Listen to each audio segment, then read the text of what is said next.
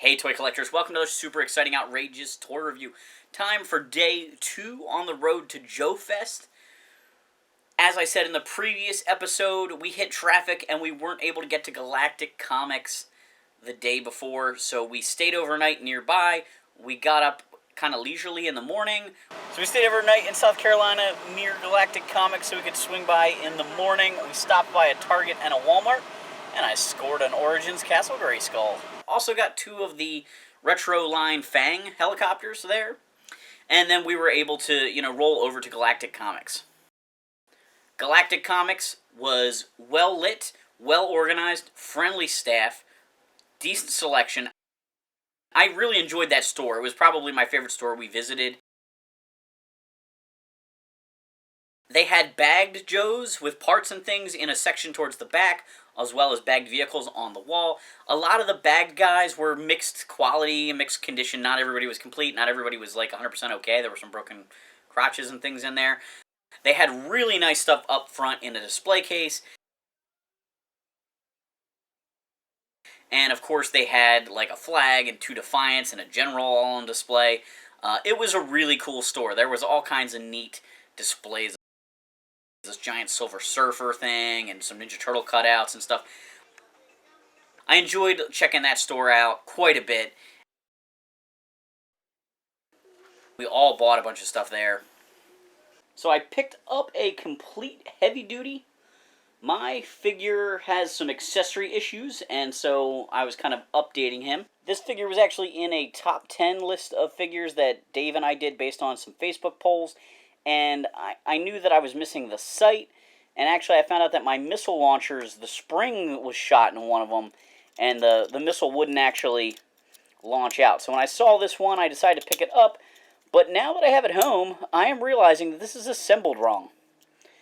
The missile launchers and the gun are on backwards. You're supposed to put his body through this square loop so it can attach to his backpack. So the gun and the missile launchers are on this backwards, and I think they'll slide out. Well, I'm not clipping everything in place, but at least I have the weapon system assembled correctly now, so when and if I need him, he's good. And he came with a full card back. On the drive down, Dave was asking me what accessories I was looking for, and Night Vulture's crossbow was one of the things I actually mentioned, and then they had a complete one at the store. He's really floppy, so I do need to take a look at if I can tighten up his chest with a screwdriver if this is stripped. But either way, I'm excited to have his crossbow because I can put it with my figure that was already in my collection or keep it with this one once I get him tightened up. 3/4 of a turn of that back screw and he is much better. I grabbed a Crusader Pilot Payload, the yellow version. Payload's really one of my favorite G.I. Joes. I just think this figure is fantastic. And, when you have a Defiant and a Crusader, you really can't have enough of this guy. Final figure I picked up at Galactic Comics is this Night Force Outback. He's not perfect. There's some paint rub on his head. The survival is worn a little bit. He even has a broken crotch piece.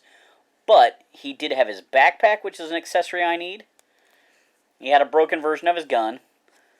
But he had his flashlight, which is another accessory I need. So I basically bought this to get these 2 accessories to help step up my personal Outback that I already got in my collection. After Galactic, we drove for a while again, and our next target was Heroes and Dragons, which is a comic book and action figure store. Nick and Dave had both been to Heroes and Dragons before on a previous trip, but I had never been there. They had expanded since Dave and Nick were there. They had a bigger area. They had some nice display cases set up with, really nice looking figures. But the selection wasn't quite as good as we had hoped. They had some neat stuff on display. They had multiple flags in the store. This awesome giant dragon thing coming out of the ceiling. It was a spectacle, but none of us picked anything up there. So that stop maybe wasn't the best stop on the trip, but I definitely, had a good time going there. It was cool to check it out. So Thursday night, we get to the hotel in Augusta where the event's going to be, and we are ready for room trading. So we went over really just across the hall to Don Johnson's room. Don is a collector from Maryland that we've known from other events, and he had brought a bunch of parts with him. We all picked up a bunch of weapons and different things we needed from him, which was really awesome. From Don, I picked up a Tiger Force tripwire metal detector, an oar for tracker, a monocle for backblast, and a gas mask for bullhorn.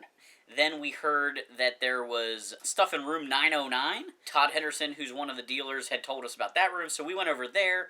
Dave bought a whole bunch of Pursuit of Cobra figures that were still carded. Nick got some vintage figures there. I got a chance to talk to Jeb and a bunch of other collectors that were at the show, which was great. That was a lot of fun. Then, after that, there was a lobby swap portion of the night, and we went down there. We got to see some amazing custom figures done using Marvel Legends and G.I. Joe Classified figures. This one gentleman had made, Tiger Force Duke and Tiger Force Flint, which are pretty easy because we have classified versions of them. But he also made Quick Kick and Spirit and Shockwave, and they were fantastic. I mean, they were really, true to the original action figures, which is what I really wish Hasbro was doing with this line, and it seems the direction they're going with it. We picked up, some random things there, some file cards, some accessories, some, loose figures, things like that. And then it was pretty much time to go to bed to get ready for the next day, which was the opening day of the show.